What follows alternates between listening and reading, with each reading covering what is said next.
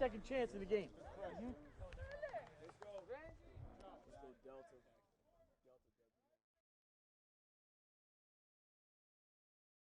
A private Catholic school of about 1,000 students, a little over 1,000 students, and great tradition of excellence at our school, and I'm really humbled and proud to be the head coach at Roncalli High School, and second opportunity to speak with Chief Pigskin, second year in a row, and so this year we've got a long history of playing great defense at Roncalli, and we are a 3-3 stack defense as a base structure, and we are a quarters team.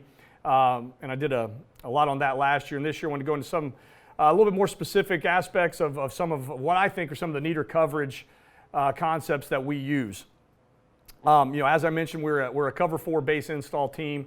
We're not a spot drop team. We believe in matching routes and matching tight, and we tend to organize our coverages really into 3 structures. We've got our pure man structures, we've got zone match structures, and then man match structures of how we install coverage. So I'm going to get a little bit of all 3 of those today. The first thing I'm going to talk about today is our one of our more flexible and useful coverages that we use, which is what we call one rat and one robber. They're really simultaneous terms for our kids, just depending on how we're going to use that low hole player. Okay, so this is going to be a coverage that's going to have a high hole post safety along with a low hole player in there as well. The reason why I say it's one of our more flexible coverages is this is the coverage we install. It's not the coverage we install first, but we put it in early in the summer because it gives us a lot of useful concepts that we build on throughout the season when we're game planning for specific receivers. So here, after I get into kind of the base concepts of how we orchestrate our one rat and one robber, I'm going to get into some of the neater things we do in terms of variations of doubling certain players or star receivers or isolation X receivers or whatever we want to do. We've got a plan for all that once we get this coverage in the summer. One of the first things we do when we install our post safety coverages is we make sure that the kids all see this chart. And it's really kind of more of a cover 3 chart. And we don't play a whole lot of cover 3, but we want them all to understand the way the field is broken down geometry in terms of how we're going to cover when we have post safeties involved in our defense. We really want kids to understand where that seam is on the field and how we want to protect the seam. I think it's very, very important anytime you put in post-safety concepts that you have to know where your, where the spots are that they're going to be problematic to cover and how you want to get those covered. So we make sure that the kids understand this and, that the seams, if the ball's in the middle of the field, the seams for us are going to be 14 to 17 yards from the sidelines, which in the high school field, if the ball's in the middle of the field, is going to put that seam right at the hash to about 3 yards outside the hash. Okay, so our seam defenders, even in our man-free concepts, are going to take their alignment relative to where their man is to the seam. Okay, so if I'm covering the number 2 receiver in the slot and that number 2 receiver is outside the seam, I'm going to line up with inside leverage. If that number 2 receiver is inside the seam, I'm going to line up with outside leverage. And I think that's really important in terms of being able to get a mental jump on routes before the ball's ever snapped. And those seams for us are going to run 8 to 25 yards deep, and that's going to be our problem area. And we really have to protect those areas. Obviously, as the ball moves from the middle of the field, we're going to adjust those seams a little bit. So if the ball were on, say, the right hash here, that seam would now be maybe from the hash to 3 yards inside or something along those lines. So we'll adjust that a little bit. But we want every kid to understand where those seams are and how we're going to get those seams defended whenever we're in post-safety concepts. In our terminology, one rat for us means that we're going to be in man-free coverage, and our underneath hole dropper, okay, our high hole player, our post player is going to be a safety. Our low hole player is going to be, in our terminology, and if it's rat, is going to be a linebacker. So when I'm saying, hey, here's one rat, that means we're going to have one of our linebackers as the low hole player. The other linebacker is going to have the back in man-to-man coverage. If we say one robber in our terminology, that means that one linebacker will have the back, one linebacker will be in coverage, and then we're going to drop a safety down into that low hole spot and still play the post with the other safety. So it's basically 2 versions of the same coverage. It just depends on where we're going to bring that hole player from. And the reason why we do it in different ways, it just allows us to be able to personnel some things, get in sub packages. We might get in some nickel and dime looks and bring in extra defensive backs. And it just gives us the flexibility of being able to have that low hole player be really anybody that we want it to be based on a couple simple terms, and I think that's important. Not going to go a whole lot into our general scheme, but just to give an idea of what it's going to look like. This call would be a sideline call that would come in that would be bullet one rat. We are a 3-3 structure. This could be the Sam, the Mike, and the Will. In our terminology, it's a Lou, a Mike, and a Rob. They're interchangeable terms, really. We like to, in one back settings, we like to, at least to begin with from an install standpoint, we like to close our B gap off, or if you're an even front, set our 3 technique to the side of the running back. Okay, we like to do that to begin with, and then we game plan from there. So typically, if we call bullet one rat, what that's going to tell us is that we are going to make a formational strength call, which we use Rip or Liz as those terms. So this would be a Liz call. The back is set left. Our Lou linebacker is going to be on what we call a bullet, which is just simply a very simple 4-man B-gap pressure. Nose will go opposite the Rip Liz call. And so that's going to leave us 2 of our inside linebackers in coverage. Our Mike linebacker, more often than not, is going to wind up taking the running back man-to-man. And then our non-pressure backer is now, between the Lou or the Rob, is now going to be our rat in the hole versus pass. Okay, so in this look right here, this Rob linebacker for us would still be a B-gap player in terms of his run fit. If we get zone, if we get the mesh across, he would still be a B-gap player. But if we get hi-hats from the offensive line and all our indicators are telling us that it's going to be pass, then this Rob linebacker is going to drop here to this low hole. And I'll talk about how we orchestrate that here in just a second. On the back end, we are a 3 safety structure. We play with our free safety is going to be our to the passing strength, our high safety. We call this a stud. It's our nickel player is really who this is. This is our 3rd safety. More often than not, he's playing down in the box, but this would be the equivalent of a nickel. And then for us, in our terminology, our weak safety is what we call our bandit. So if we call bullet one rat and we get a very simple 2x2 concept, corners obviously have ones. Our free safety, or you can make this your nickel, it really doesn't matter, is going to have 2 strong.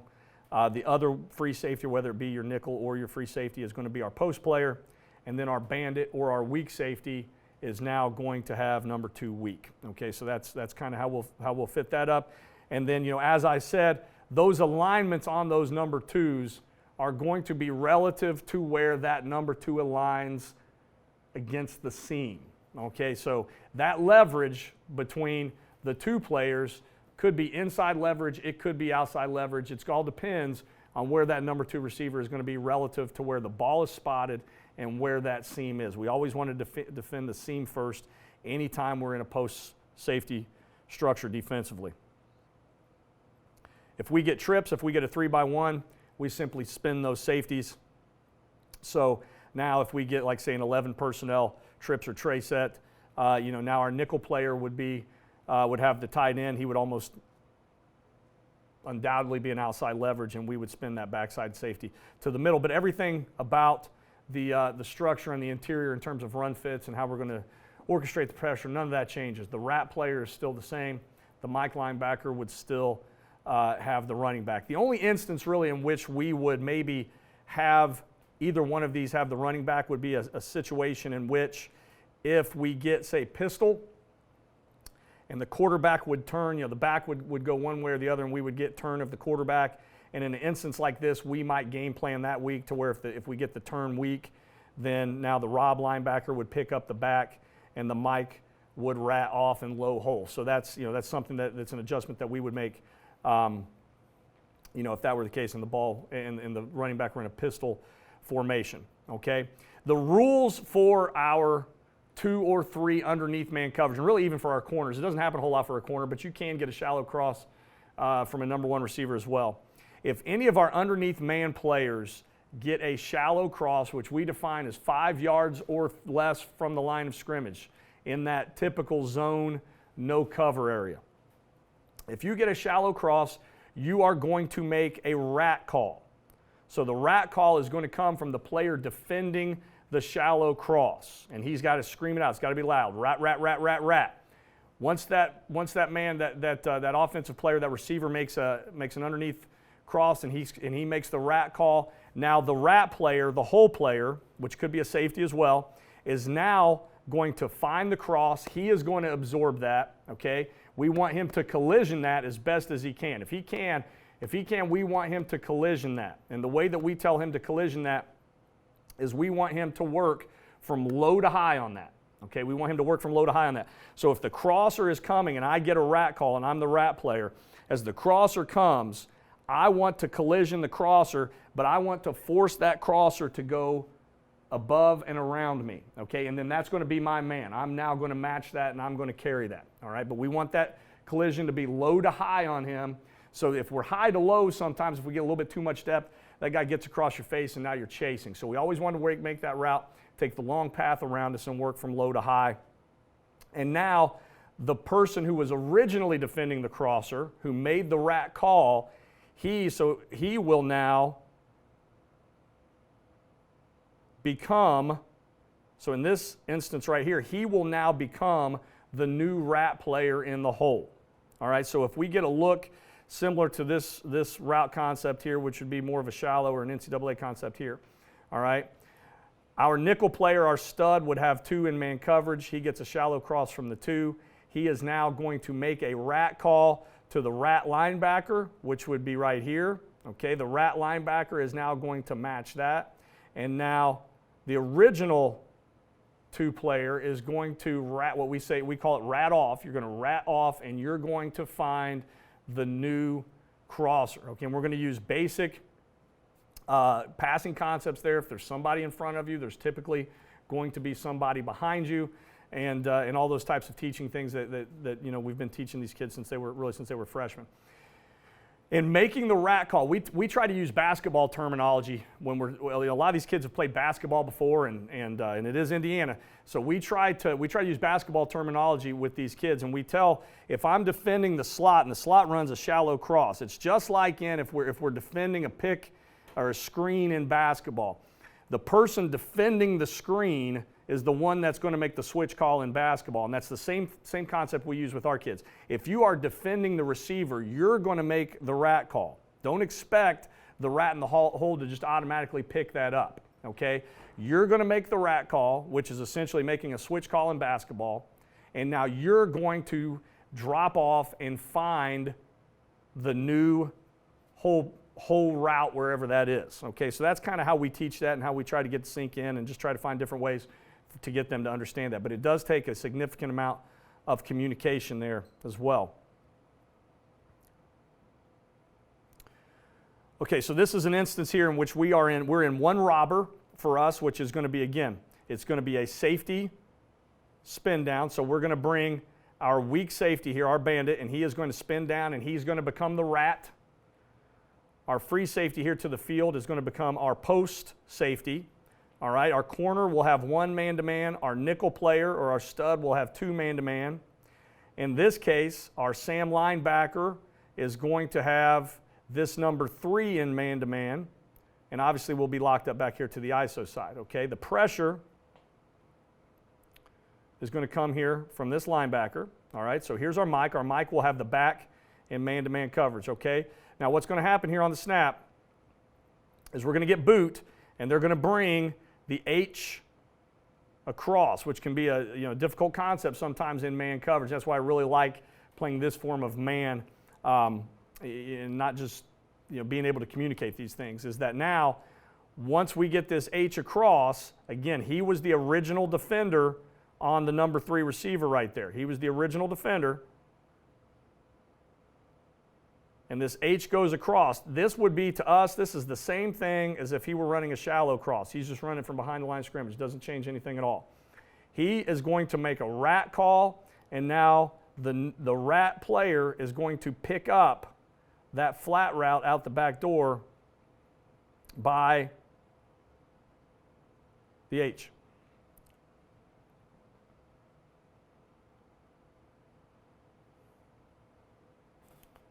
So once he picks this up, now he would be the new rat in the hole. Now this is boot, but if this were to play out, he could now help on the crosser here coming from backside. Or if the quarterback continues to sprint out and get outside the pocket, that's why this gives you a lot of flexibility. You also have a secondary contained player, secondary force player for the quarterback if the quarterback wants to pull it down and try to run as well.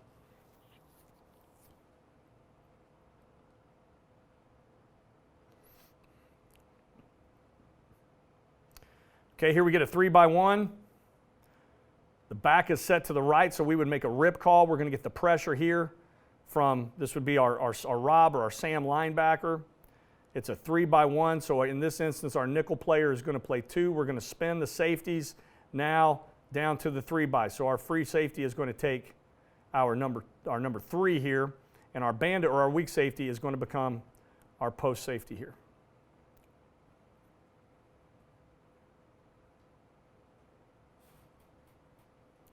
Now, this is one of those instances in which we've got a number 2 and a number 3 receiver. We're in man coverage. The number 2 and the number 3 receiver have a pretty tight distribution between the two of them. So what these two have communicated here is what we call, and different people call it different things, kind of a universal term, we call it a banjo. So our free safety who is spinning down and our nickel safety here have communicated a banjo off of 2 and 3. All right, so what that says is they're now going to play an in and out game with these two players, okay? Is that if they cross, if 2 and 3 cross, then the inside player is going to take, obviously, the inside route, and the outside player is going to take the outside route. Now, this is the one instance in which if the seam defender here, okay, if the seam defender calls a banjo because of the distribution of the two receivers, this is where we take that seam concept, in terms of leverage, we take it off. If you've called a banjo, then the outside player needs to play with outside leverage and the inside player needs to play with inside leverage so that their vision can help them out there. We don't want to put them in a position where their leverage is opposite of where they need to go because we're anticipating a switch in that instance, okay? So these two have called a banjo. Now, we get a scenario which is really the worst scenario when we call a banjo, which is either both, they don't cross, okay? And they don't go vertical. Both receivers either go out or go in. And so you have to coach that up, I think. Whenever you play any man coverage, I think you have to really coach that up and coach up the situations in which, hey, we're going to call a banjo. We're anticipating, we don't want to get picked off, so we're anticipating to switch this thing. But yet at the same time, what are we going to do when both guys go out or both guys go in? Because one player is going to be in really bad leverage if that's the case. And obviously you make those calls and you have to live with it at times. And so here's what we teach in those instances. Okay, so right here we get both 2 and 3 working out. Okay, the way that we teach this is this: if we get 2 outs, the outside defender, the player playing with outside leverage, is going to defend the lower of the 2 routes, and the inside player is going to play the higher of the 2 routes. And the reason why we do that is because that's a lower percentage throw, and it gives him a little bit more time to chase that thing as best as he can and work to get in a catch-up situation. Okay, so once we get this action right here on the screen, our nickel player, who was in outside leverage to begin with, is going to take the lower of the 2 routes, which would wind up being this shallow out cut right here, this speed out. And then the inside player is just going to hustle like crazy to try to get to leverage on the higher of the 2 routes.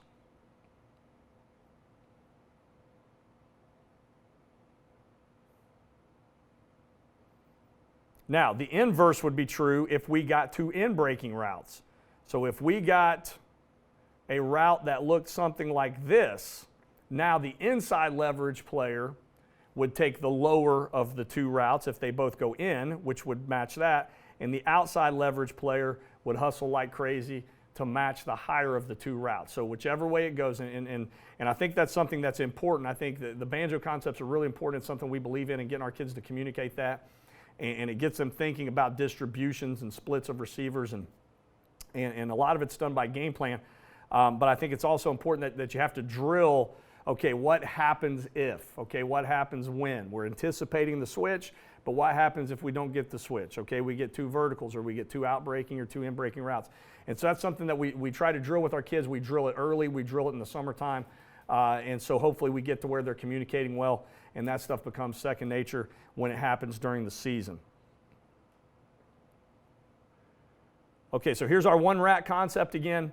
We have the back set into the boundary to our defensive left, so we're going to bring a Liz call, which is going to bring the pressure from that side. All right. This linebacker is going to have the back. This linebacker is going to be our rat in the hole. Our corner is going to have one. Now we have a bunch set here to the field. So we have, in this instance, what we're going to call is a 1-3 banjo. A 1-3 banjo. And in a 1-3 banjo, what we're going to do is we're going to press the point man, and he's going to be taken out of the count. And now our inside leverage player and our outside leverage player, which would be our free safety and our corner in this instance, are going to take the banjo and play inside and out strictly off of the number 1 and the number 3 receiver in our defensive count. Okay? Our weak safety is going to be the post safety here.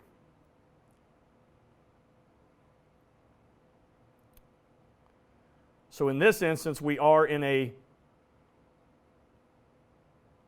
again, take 2 out of the count. He's taken care of. All right, we're getting at the snap, the stem of the routes is giving us 2 outbreaking or 2 outside working routes at the stem. So if this number 1 were to keep going vertical, the corner is going to come off here, and our inside leverage player is going to take the higher of the 2 routes. Now what winds up happening is that the higher of those 2 winds up coming right back into him, so he can wall this. He's a little bit too high. We'd prefer to see him again. We'd prefer to see him on the inside. And then we have help. We have help right here from our rat in the hole if it were needed.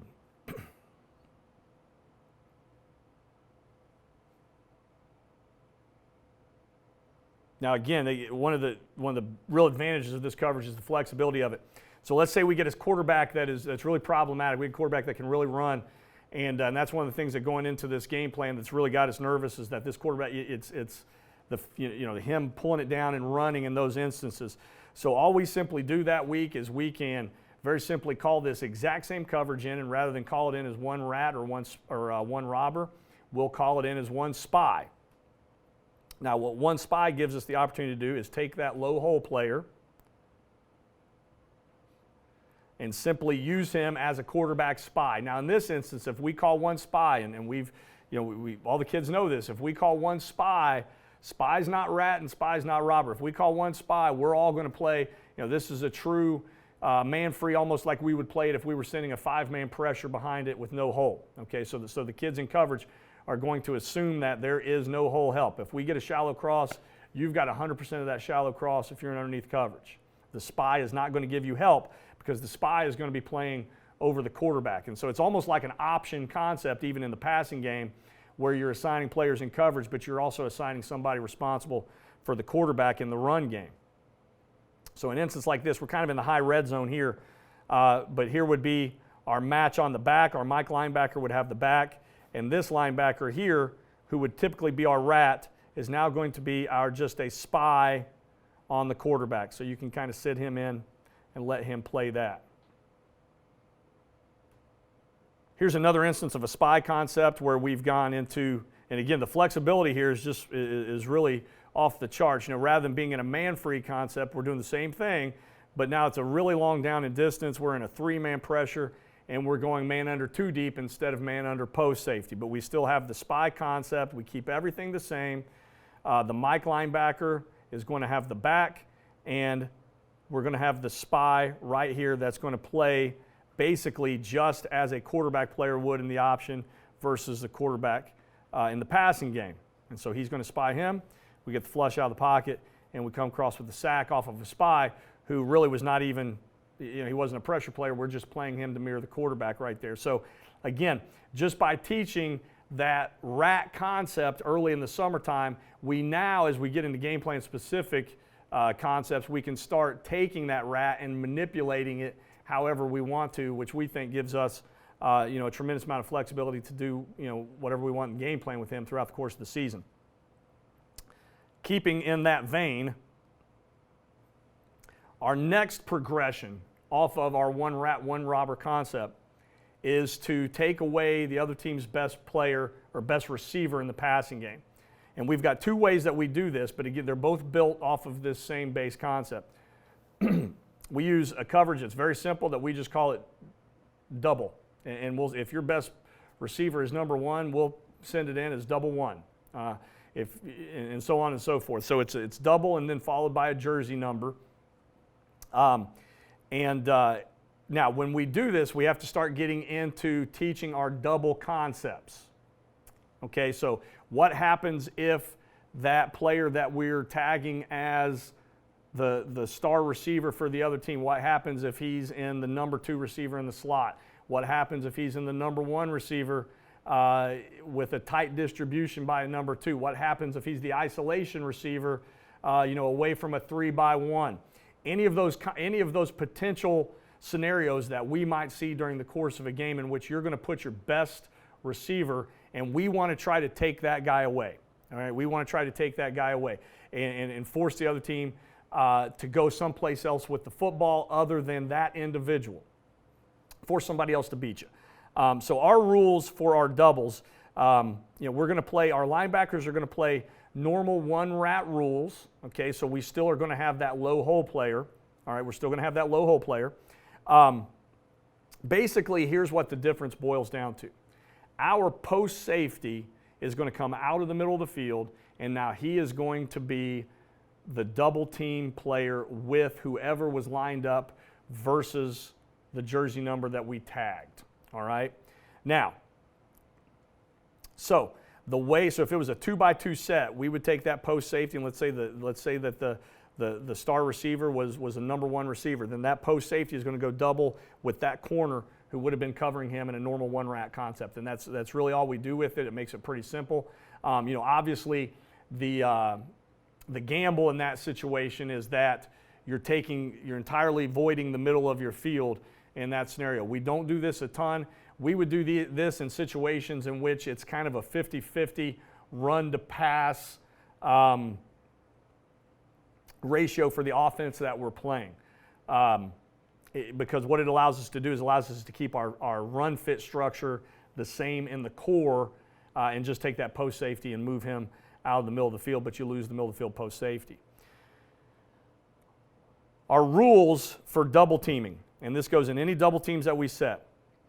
If the person we've designated as the double team is the number 1 receiver and he's an isolation receiver, we are going to play what we call the communication we're going to use there is what we call a cone. So the double teamer is going to call with the corner. He's going to make a cone call, and then we're going to play, and I'll show you some examples of that.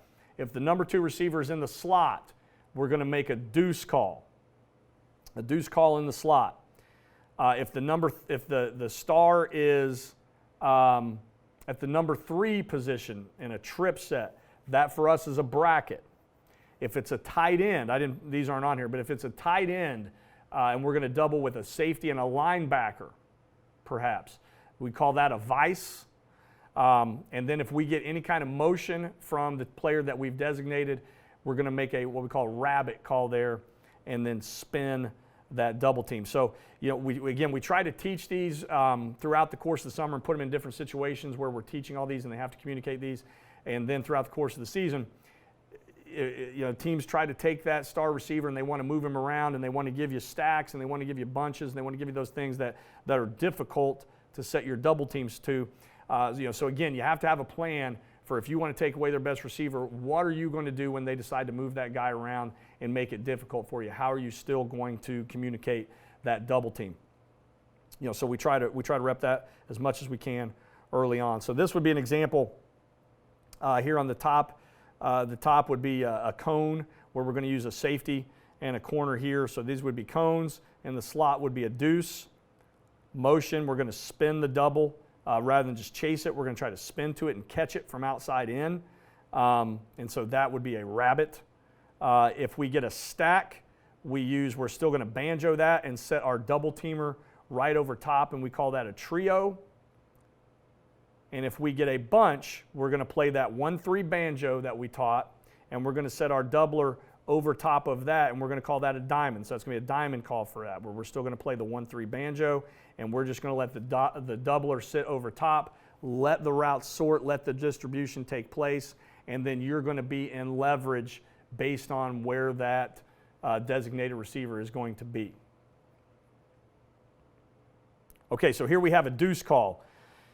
We've designated this slot right here as our double team. So he was number 8, so we would literally have sent this coverage in. We would have called this would have been sent in as bullet, just the same basic 4-man front.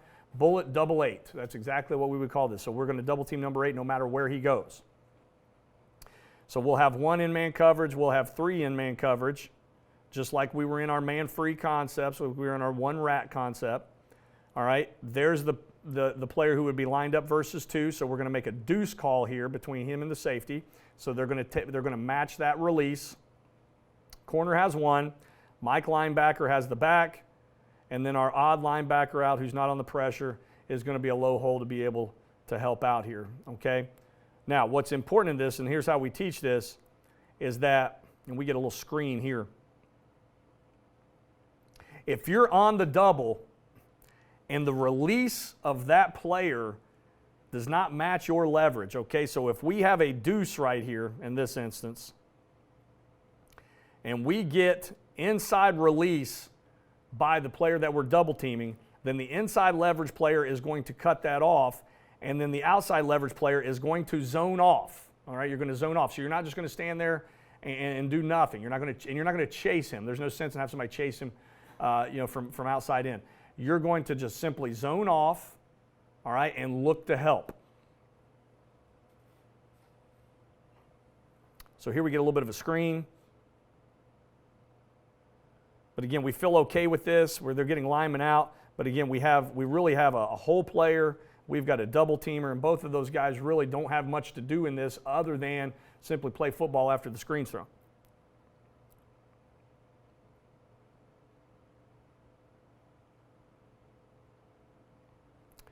Now, star for us. Star is really the same concept.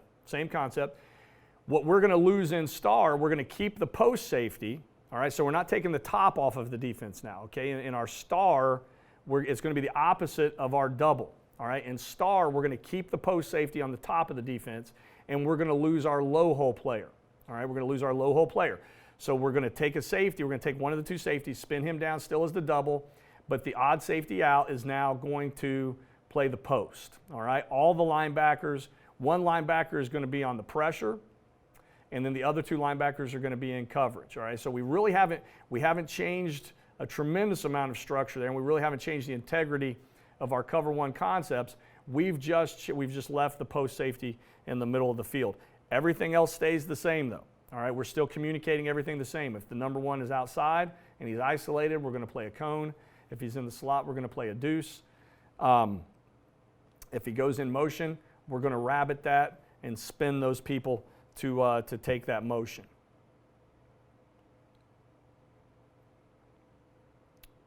So now we're in star. So we've got, now one of the things that I think is important to do in this instance is, because one linebacker is on a pressure, your Mike is going to have the running back, and your other linebacker is now going to be in coverage. And you can sub that. A lot of times we'll use sub personnel and nickel and dime this to pull a linebacker out, but you can use a linebacker if you want to.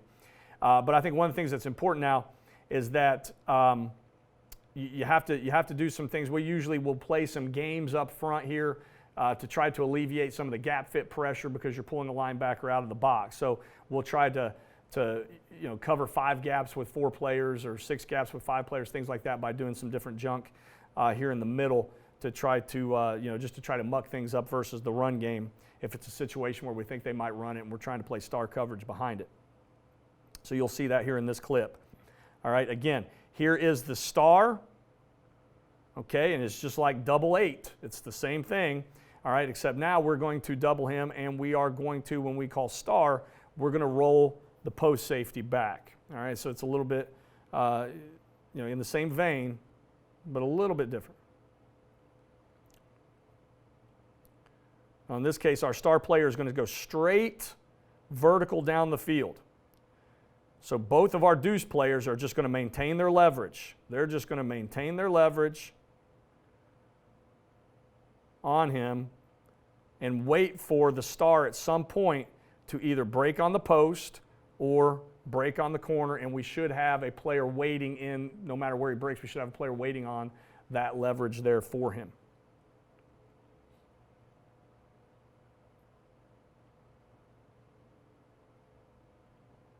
Okay, again, star coverage out of our man-free concept. This is an instance where the star is an isolation player into the boundary. So we've communicated this as a cone, which says that that our corner and our safety to the star are going to double team that star player. Now, in a cone, here's how we teach a cone. Our corner in the cone is responsible for the top of the vertical route. So he's going to stay, if number one is vertical, he's going to stay high and on top of that route. All right? The safety that spins down the inside player on the cone is going to be responsible for the in-breaking route. All right? So if number one breaks in, then the safety is going to absorb that. He should be inside leverage, and he's going to just pick that up on a slant or dig or anything like that. And the corner is going to now zone off and stay on top. Okay, he'll play, for instance, if we get a sluggo or something like that out of this, where we get slant and go, the safety would play the inside of the cone, and now the corner would zone off to stay high, outside, and on top. All right, we have a post safety here. If we get a vertical route by one, then the corner is going to stay high and on top, and the cone, the inside player on the cone, is simply going to just keep sinking and play inside leverage, which is what happens here. Everybody else is in man coverage. We've got 3-on-3 right here. We have post safety help. Okay, we're going to send the pressure here, and the mic has the running back.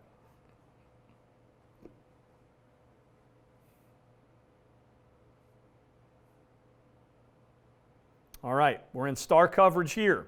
Now, this is one where we've designated the star player as a player who is at tight end right now. So it's this particular player right here who's at tight end is who we have designated as the star. So in that instance, our communication there is vice. We're going to vice a tight end because we're going to use a linebacker along with the safety to play the double on that since he is in the slot in this instance. If he were a number one, we'd still play a cone. So we're starting out here in a vice. There's the star. This corner has number one. This linebacker and this safety are playing a double team game off of that tight end. Everybody else is in man coverage right here.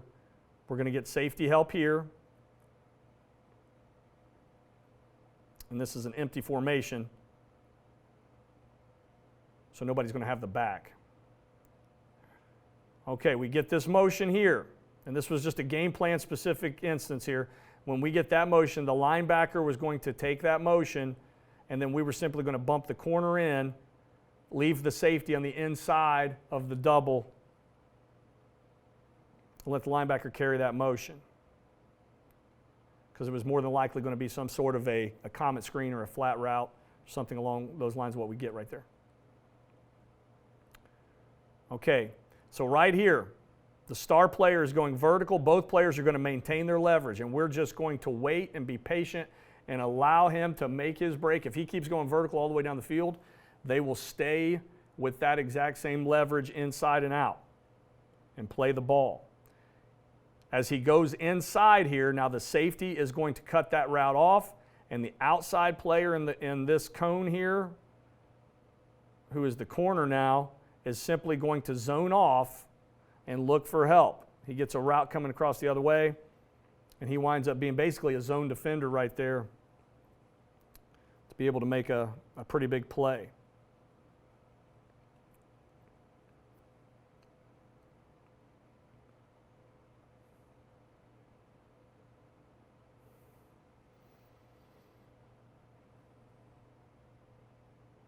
Star is here. Star is here. Now, what we've got here is we've got a different alignment. He's not an isolation player. All right, they've got a number two receiver, and so we've got an instance here in which the player we've designated as the star, and this is one of those things that they can do to try to pick people off and things like that. The player we've designated as the star has the potential to pick off our coverage on him because of the alignment of 2. All right, so what we're going to call there is what we call hat. This is a hat call. The double team is going to be the same 2 guys who would cone, who would cone, but it's going to be a different technique. Rather than the safety playing inside in the corner, high and outside, as we would on a cone, we can't do that here because of the alignment of the number 2 receiver. So in this instance, they're going to make a hat call, which is just like putting a hat on. We're going to put a hat on top. So we're going to play, the corner is going to play up and in a press, and we're simply going to play 1 on top and 1 directly over our star player right here so that we don't get picked off. That's the idea right here. So here is the double teamer who's going to play directly on top of the star so that we don't get, so we can be at different levels right here, and that we don't get picked off by some sort of a rub to try to get the star open. And so we get an instance where we get kind of a slant flat concept here, and we're in the press, so we're in good position to be able to take the slant away right there. So I think, as you can see, the base concept that we put in the summer of our 1 rat, 1 robber terminology is something that we carry throughout the whole course of the season, and it really, I think, allows us to do a number of different things with that concept that are game plan specific and allow us to hopefully, in many cases, try to take away what the other team does best. And that's the essence of what we do in game plan, is say, hey, who's the guy in the passing game that we need to take away? What are those down and distances that we need to do that? And then how are we going to manipulate our 1 rat, 1 robber concepts that week to be able to get that done?